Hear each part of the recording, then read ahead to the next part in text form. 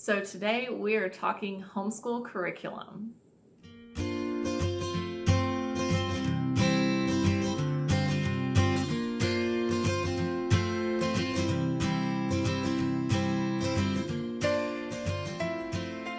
Hi, welcome back to our channel. So for those of you who've been here before, you may know that we like to share here things about our life that may include gardening or decluttering, and a big one actually is homeschooling.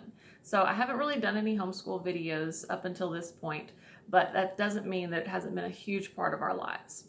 We are about to start first grade with my oldest, and I wanted to do a curriculum picks video. I know those are really popular and I enjoy watching them a lot, and so I thought I would share that with you. Another reason that I want to do this is so that we can go back and look at this down the road and see what we did at this point, and we can have that to look back on. So before I get started, I know there are a lot of people this year that are looking into homeschooling who haven't done it before. And so these may be videos where you're trying to find out what are other people doing, because the world of curriculum is a bit overwhelming when you first get into it and you realize what all is out there. So before I go into what I have picked, for those who are new, I want to first suggest that you look into the different styles of homeschooling. A lot of times people don't even realize that there are different styles, and that is a big factor when it comes to choosing what curriculum is going to be right for your family. So look into that, find out what works for you, what you think is going to be best, and that'll help you narrow it down. For us, I lean towards the Charlotte Mason method as well as a bit of classical. So you'll see that in some of my curriculum choices, and that is a big factor in how I figure out what we're going to do each year. So let's get started. All right, so the order that I'm going to go through is kind of the order of how we would structure a day. Now, in the Charlotte Mason method, you have lots of subjects. It's described as spreading a feast, and so you don't do every subject every day. So don't get the idea that we do all of these every single day. That is definitely not true. But we will kind of go through the logical flow of the day. So we'll start first with our Bible curriculum. And this year we are going to be using the Gospel Project Home Edition. We are really impressed with the interactive Bible storybook that they put out for kids. We already have that, and so we have decided to try their home edition curriculum.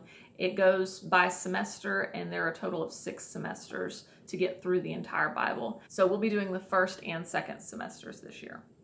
Now, along with that, we will be studying different character traits, and for that I have chosen a curriculum from the Character Corner called Little Lads and Ladies of Virtue.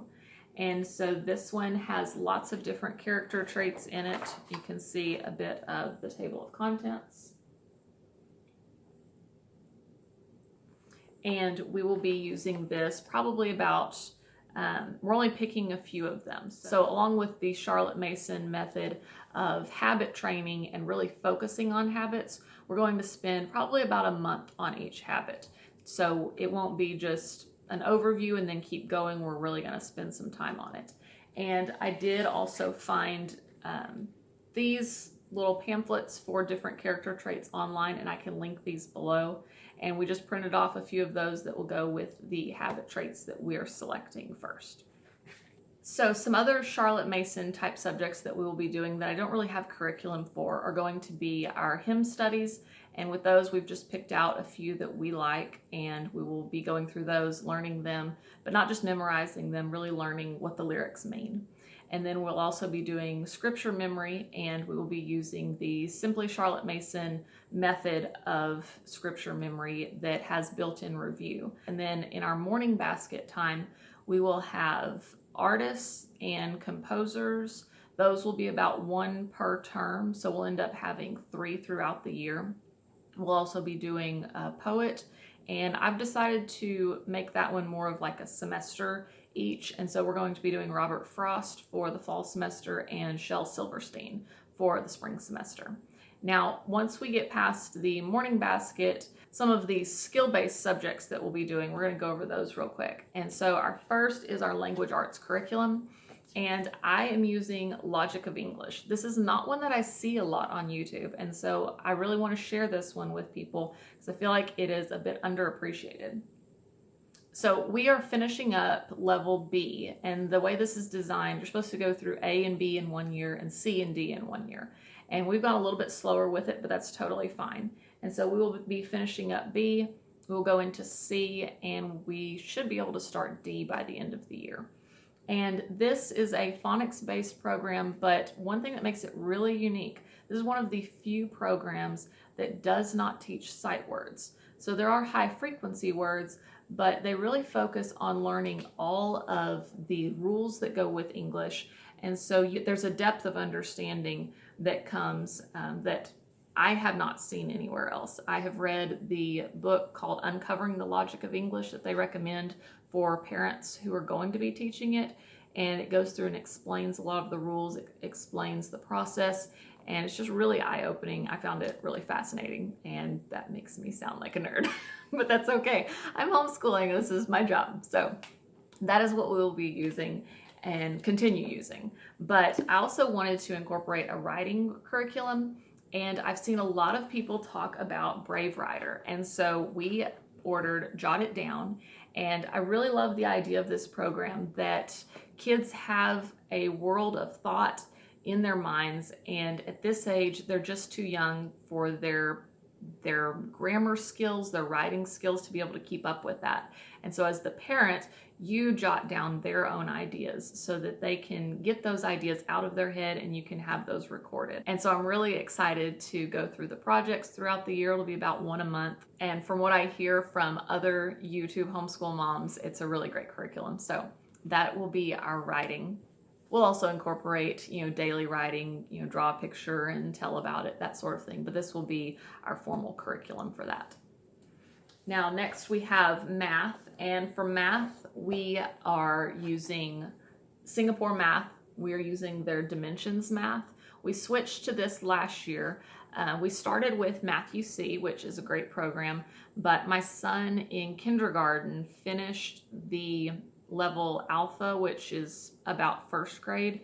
He finished that one by about the end of January. And so I felt like if he is that strong in math, then I wanted to make sure we were challenging him, keeping up with him. And I know this is considered an advanced curriculum. So we did 1B last spring, and we'll be going into level 2 this year.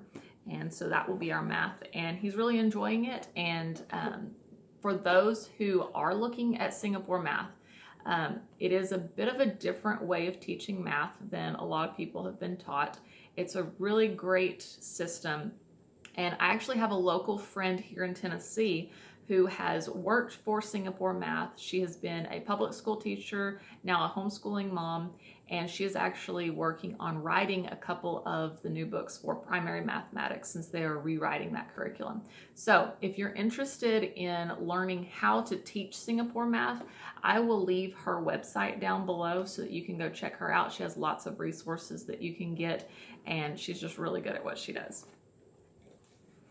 All right, so moving into our content subjects, some of these we will do during morning time since they're not skill-based, they're not based on every grade being different.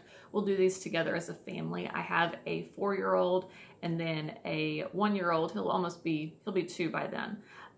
But they will kind of do their own thing, listen as they want to, but mostly for my first grader. But for history, we're using Truth Quest history. And this again is a curriculum that I don't see a whole lot on YouTube, but I really want to share it. It is kind of like, it's really just a guide. It is a book guide that goes, they start off with American history. And so that's what drew me to it first. I like the philosophy of starting with American history in the elementary grades to build their understanding of their own country and a time period that's closer to where they currently live before going back to the ancients and the pagan gods and learning all about that. I like starting with American history. So they start with American history and a sample of what the guide looks like inside. You'll open it and see this. So this section here is about Maryland, and it tells you the grade levels. When it gives you the recommendations for the books for each section, it has the grade levels so you can go through and easily see which ones are above your level or below, depending on where you're at. and they have some that go all the way up even to the 8th grade level. So you can really spread this out over a broad range of ages. And there are several sections that don't even have books low enough for 1st grade, so it's easy to skip over those. There's really way too much to do in a year, and that's okay. As a mom, you get to pick which ones you want to focus on and what things you would rather skip over. And you can also go to your library and see which books they have available, and you can kind of build your own curriculum based on these living books. And so I'm really looking forward to this curriculum and working through that early American history. So for geography this year, we are using On Mission, and we're going to be starting with Guatemala this year. This is a quarterly magazine that comes from Erin Cox at the General Classical Press. And last year we used her curriculum for preschool. We used her level 2 and really loved that.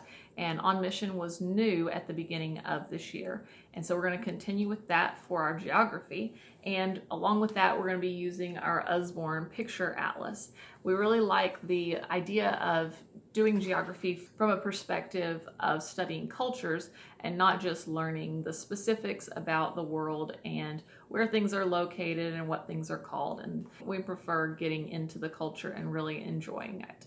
And along with that, we will have geography from A to Z to learn terms and to learn more about those aspects, but we really want to have more of a cultural focus.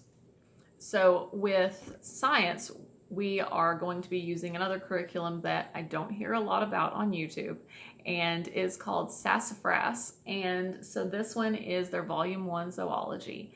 And I'm using this because I wanted to do a study of animals for 1st grade, but I didn't want to just study mammals. I didn't want to just study birds or just fish or just one area of animals. I really wanted to look at the world from an angle of studying environments and biomes and looking at everything in each of those. And so this one goes through and studies animals by their region.